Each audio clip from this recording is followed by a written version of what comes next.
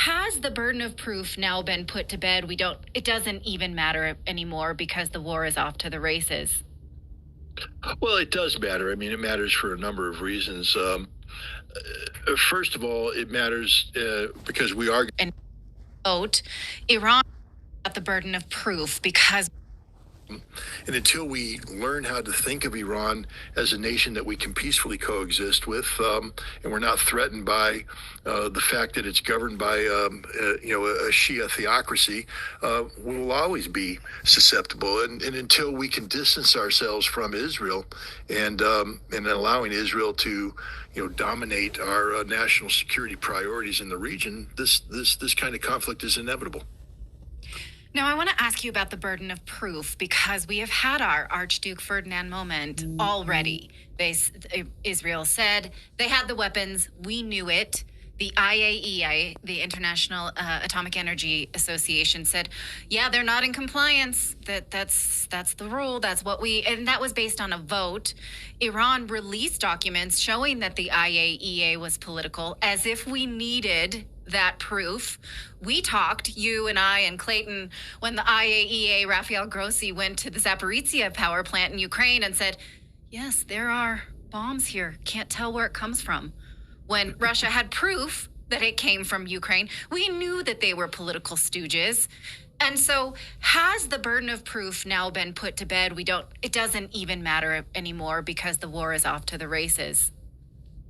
Well, it does matter. I mean, it matters for a number of reasons. First of all, it matters because we are going to get into a debate going forward about the legitimacy of Israel's actions. Already you're seeing pushback around the world as what Israel did, this Pearl Harbor moment, as Colonel Macgregor so rightfully and articulately said.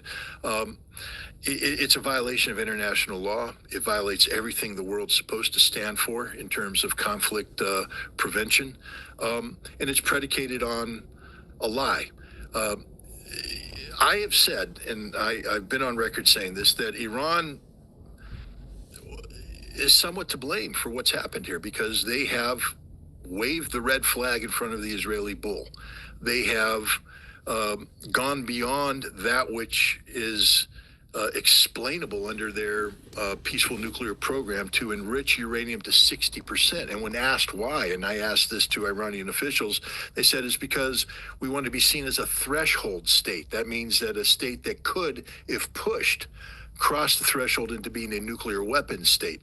That's unacceptable under anybody's terms. So Iran created this, even though everything Iran did was legitimate and legal under, the Nuclear Non-Proliferation Treaty. They in responding to the irresponsible policies of the United States and Israel, they helped create the conditions where Israel could justify its actions, saying that Iran is just one step away. But Iran doesn't have nuclear weapons, and I don't believe Iran will pursue nuclear weapons, even though they have said that if Israel attacks its nuclear facilities, they could very well do so.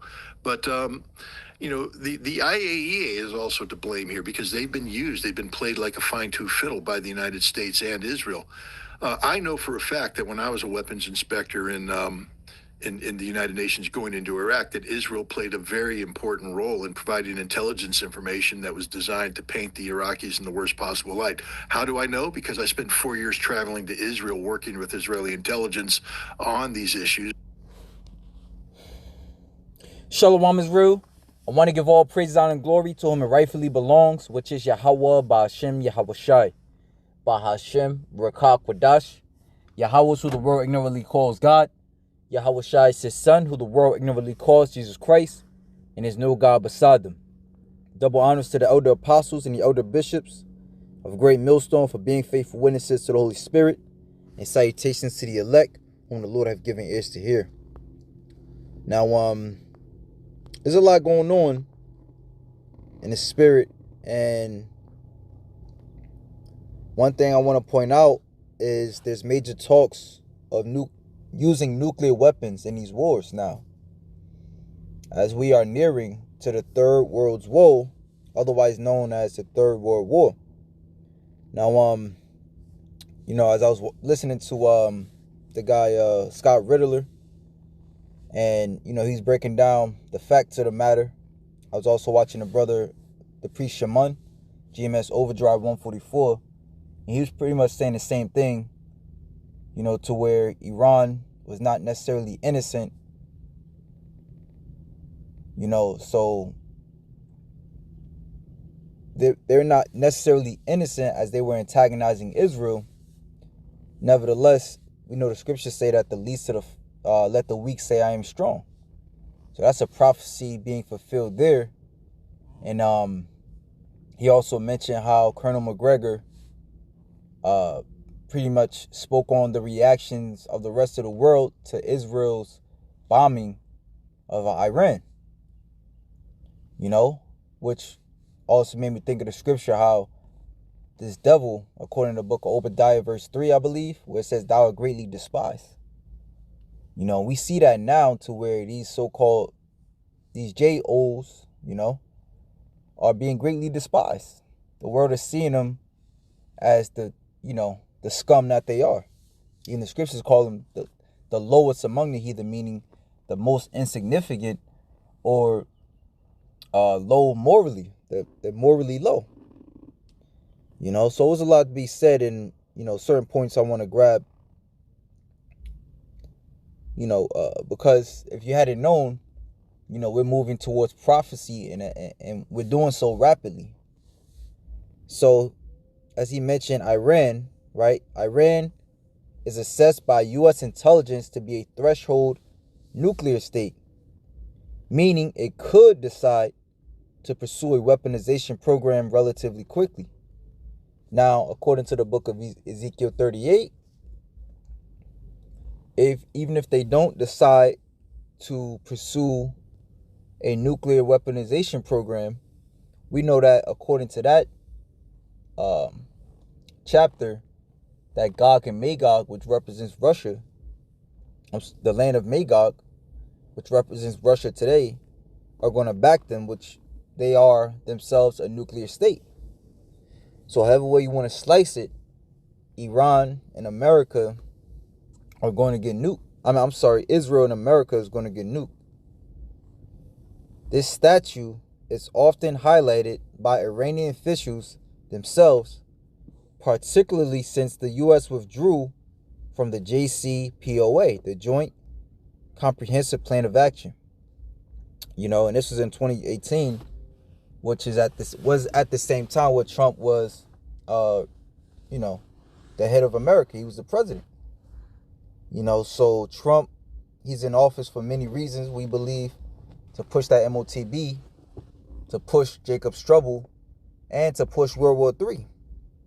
His presence alone creates friction in the world. Whereas he literally took away peace from the earth. It says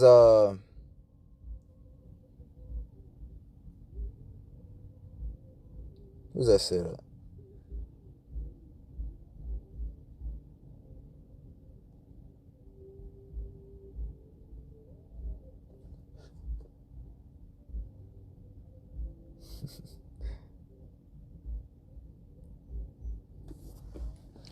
Oh, okay, it's not a point, but I was reading something where it says, okay, it's in this one. I looked up, was Iran always a threshold nuclear state? So it says, no, Iran was not always a threshold state in the context of nuclear weapons. Right? But one of the points was, we could read through. It says, Iran's journey to threshold status. Early program, Iran's nuclear ambitions begin under the Shah with support from the United States and Western Europe, primarily focused on civilian energy. However, this program was largely halted after the 1979 Islamic Revolution. It says in the 1990s, Iran secretly expanded its program, including a covert nuclear weapons research program called the Ahmad or the AMAD project, aiming to develop warheads. It says revelations about Iran's secret nuclear facilities in the early 2000s sparked international concerns and led to increased pressure. The JCPOA, which was the Joint Comprehensive Plan of Action, temporarily limited Iran's nuclear activities in exchange for sanctions reliefs. So it says U.S. withdrawal and increased enrichment. When the United States withdrew from the JCPOA in 2018, Iran began exceeding its commitments, leading to heightened concerns about its nuclear program's potential for weaponization. Now it's an issue at the fact that they pretty much continue on down the path that you pretty much which I say you, I'm talking about America, withdraw, from that uranium enrichment. Right? So you pretty much said, fuck it. Y'all do. You go ahead. I'm going to move out the way while you continue on down this path. Knowing that this path is going to be a no bueno situation.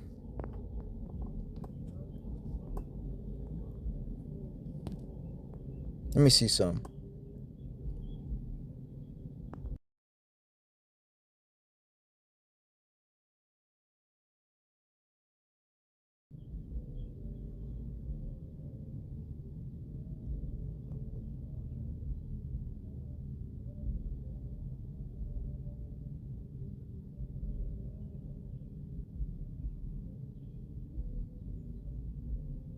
So it says, this agreement originally established in 2015, we read that, involved Iran, the UK, China, France, Germany, Russia, and the US. It aimed to limit Iran's nuclear program in exchange for sanctions reliefs. The US withdrawal, initiated by President Trump, was based on the argument that the deal was flawed and did not adequately address Iran's nuclear ambitions. This decision led to the reimposition of economic sanctions on Iran. Consequently, Iran began exceeding its commitments under the JCPOA, raising concerns about its potential to develop nuclear weapons. The withdrawal was criticized by other signatories of the JCPOA, who argued that it undermined international efforts to prevent nuclear proliferation. Right? And it reminds me of the scripture, I think it's Ecclesiastes 9, how the wicked are fallen unto the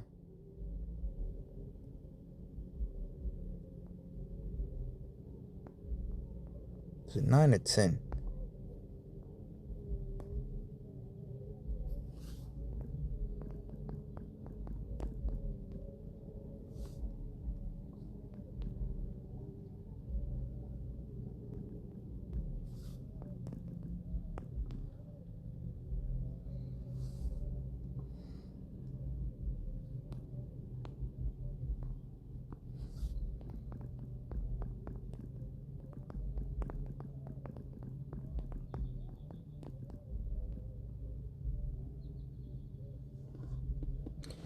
Well, this is a good one. Psalms 1. Let me see.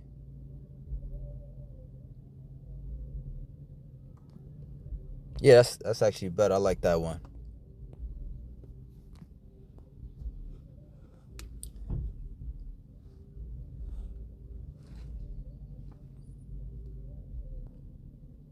It says Psalm 7:15. It says in the K. Guess it don't really matter. It says, he made a pit and dug it, and has fallen into the ditch which he hath made, and called law to Yahweh Ba'ashim Yahweh Shai. The scriptures say the deceived and the deceiver are his. Actions are weighed by Yahweh Ba'ashim Yahweh Shai. So the Lord is balancing the wickedness of this world by way of those nuclear missiles. Let me grab another one. The Psalms.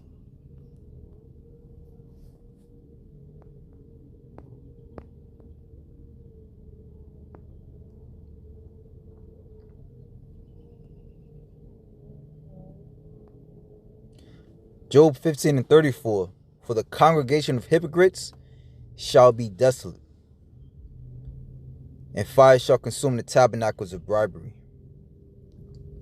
So fire is going to consume these devils, and we can't wait. And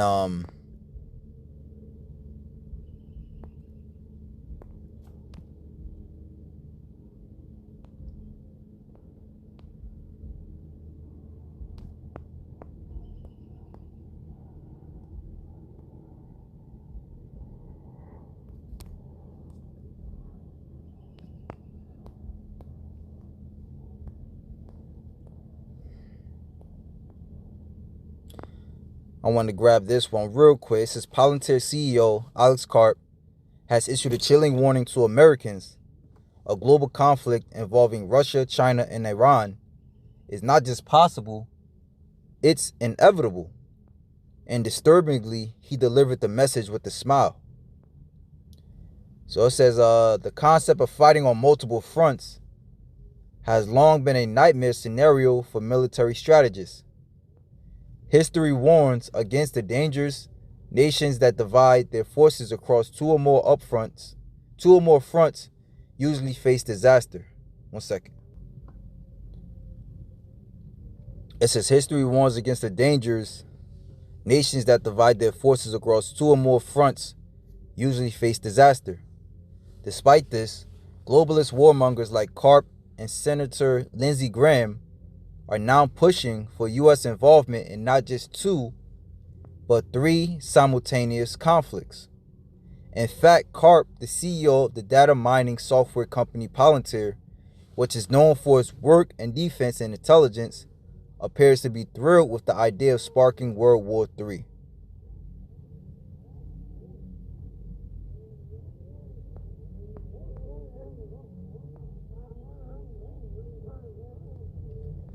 While suggesting the Pentagon should continue developing autonomous weapons at full speed, he brought up an odd perspective. I think we're in an age where nuclear deterrent is actually less effective because the West is very unlikely to use anything like a nuclear bomb, which is bullshit, whereas our adversaries might, right? So I bring this out just to point out the fact that World War III is imminent, in the fact of, people are now talking about using nuclear missiles. Right? So we're at the door. This is the book of Jeremiah, chapter 49.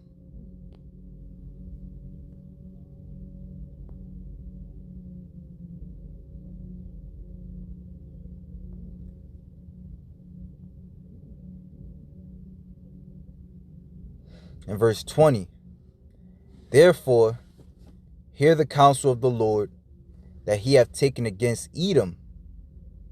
Edom is synonymous with America, or the scriptures call it Babylon the Great. And his purposes that he hath purpose against the inhabitants of Teman. Surely the least of the flock shall draw them out. Surely he shall make their habitations desolate with them. Now again, the least of the flock, when you go into the book of Obadiah, it's those small hats, right? Which this chapter is pretty much talking about when the beginning speaks on an ambassador is sent among the heathen, Gamar Abdul Nasir, which pretty much waged war with these devils, right? Because he knew that they were imposters. They weren't supposed to be there. And then also, you must remember that for the longest, Ishmael and Esau had it out for one another. So behold, I have made thee small among the heathen, thou art greatly despised. I brought out that point earlier, brothers remember, to where Scott Riddler was speaking on Colonel McGregor, how he pretty much was speaking on the reaction of Israel's wickedness, or Israel's what they did to Iran wasn't right. And a lot of people are beginning to see that those people just ain't right. right? When you talk about Geno plus the side, when you talk about racism, when you talk about hate, those are the people that comes to mind nowadays. All right, because again, these are the people that are greatly despised, and the Lord is going to turn that place into a desert. Let's jump to Ezekiel 38:8, where it says, "After many days thou shalt be visited, in the latter years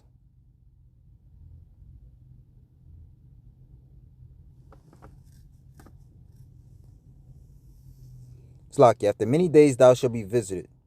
In the latter years thou shalt come into the land that is brought back from the sword." So the Lord is speaking to Gog, right, which today is Russia.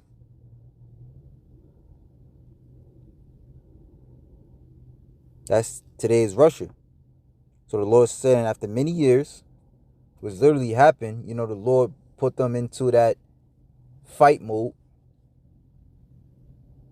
right? Because it was some, right, pretty much right after World War II, you had something known as the Cold War, which had kind of died down, but the Lord brought it back in full steam. So where now they even have hypersonic nuclear missiles. So again, after many days shall thou be visited. The Lord has his eye on Russia to pull them, which very soon they're going to have to respond however they do, for Iran. Whenever it happens, we know that the aftermath is going to be destruction on Israel, destruction on America, all right, destruction on parts, various EU nations, destruction on parts of Russia, right? The Lord is tearing down these Edomites. After many days thou shalt be visited. In the latter years thou shalt come into the land that is brought back from the sword, and is gathered out of many people, right? Because Jerusalem, over the course of time, was taken over by many people against the mountains of Israel. Literally the land of Israel, which have been always waste, because these heathens, have oftentimes destroyed it, when Israel ruled and built up their particular society. But is brought forth out of the nations, they shall dwell safely, all of them.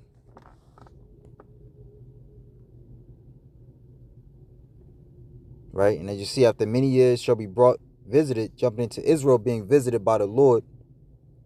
For so long Israel has been ransacked to the heathens. Slakia, I made a mistake on that one. The land of Israel shall be taken down or brought back from the sword. All right, you can read Luke 21 and 24. How pretty much Jerusalem shall be trodden down of the Gentiles until the time of the end. Gathered out of many people, because Jerusalem was taken out by many people.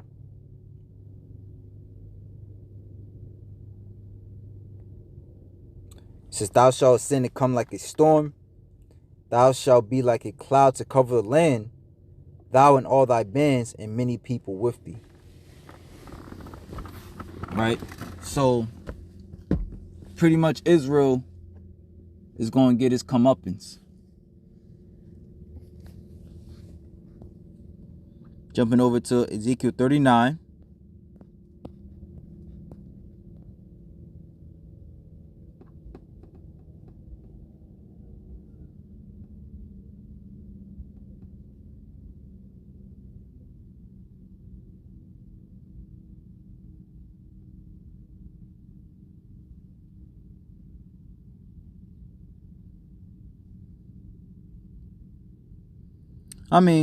Salakia, I'm going over that verse 8. Both answers were correct, because after many days thou shalt be visited. Israel is going to be visited. The Lord is going to visit them, which we know the Lord works through men. So the Lord is going to use Russia to fuck up Israel. Just to clarify. So this is Ezekiel 39 and verse 8.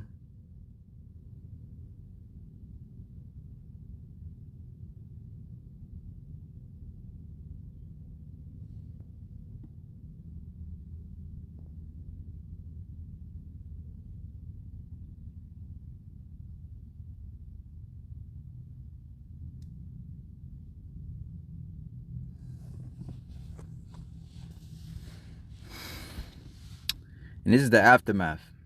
So Ezekiel 38 was the Lord, before and during World War III, what the Lord was going to be doing. And then now Ezekiel 39 is the aftermath when it's all said and done after World War III.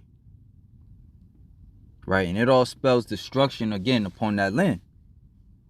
Ezekiel 39 and 11, and it shall come to pass in that day that I will give unto Gog a place there of the graves of Israel. Because in the midst of World War III, like it says in Ezekiel 39, that Second Ezra 13, that the nations that were fighting each other, they're going to come together to fight against the Lord. And the Lord is not going to lift up hand. He's going to destroy them.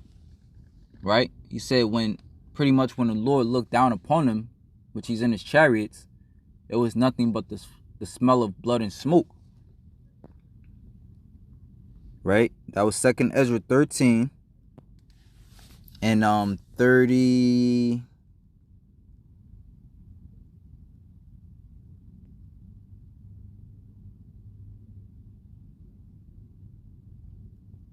We start 32. And the time shall be when these things shall come to pass, and the sign shall happen which I shewed thee before. Then shall my son be declared, which thou sawest as a man ascending. And when all the people hear his voice, every man shall in their own land leave the battle that they have one against another. An innumerable multitude shall be gathered together, as we read in Joel. Joel, the 3rd chapter, Ezekiel 38, where all these nations are going to be gathered together. Ezekiel 38 speaks on Russia and his allies. Joel 2, was it Jeremiah? The least of the flocks shall draw them out. The northern army, America, out to that same region. And they all going to be duking it out. So it says, they shall begin, who was that? Salakia. As thou sawest them willing to come and to an innumerable multitude shall be gathered together. Innumerable, that's a hard word to say.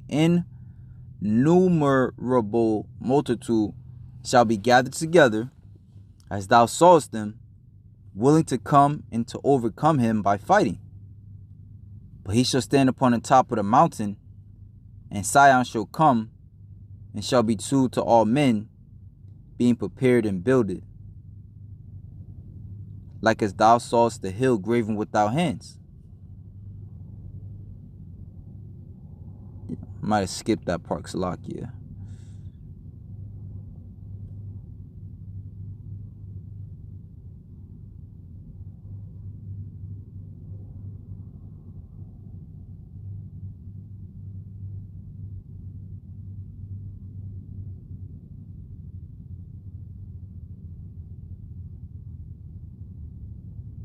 Okay, verse 25. That's why I should have started. Salakia.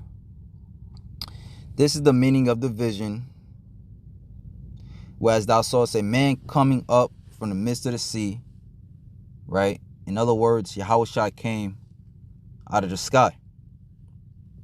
Right? Which is also known as the heavens, the firmament, the waters. The same is he whom God the highest, going to show you there's a separation between Yahweh and Yahushua, have kept a great season. Right? Yahushua went away 2,000 years ago. That's a great season. Which by his own self shall deliver his creature.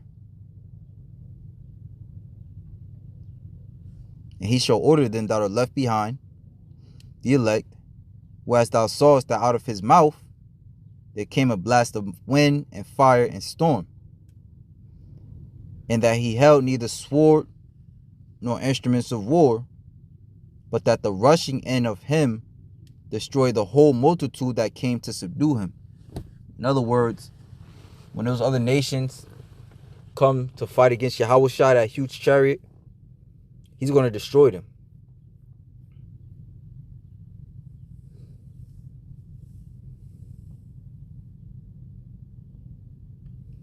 It says, and whereas thou sawest that out of his mouth there came a blast of wind and fire and storm. So now we're going to finish up here in Ezekiel 38, where it says, what is it? Damn, forgot where we were. Ezekiel 39, that's where we were, Salakia. Ezekiel, the book of Ezekiel, chapter 39.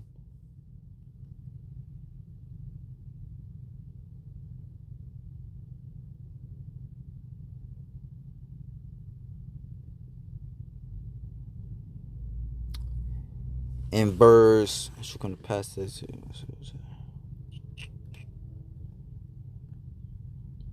11.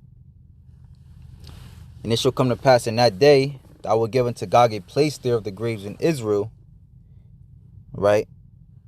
So they all going to be destroyed when Yahushua comes back. And that's going to be their burying place. That's going to be where they're going to go in and never come back out. The valley of the pastures on the east of the sea. And it shall stop the noises of the passengers. And they shall bury Gog and all his multitude, and they shall call it the valley of Hamongog.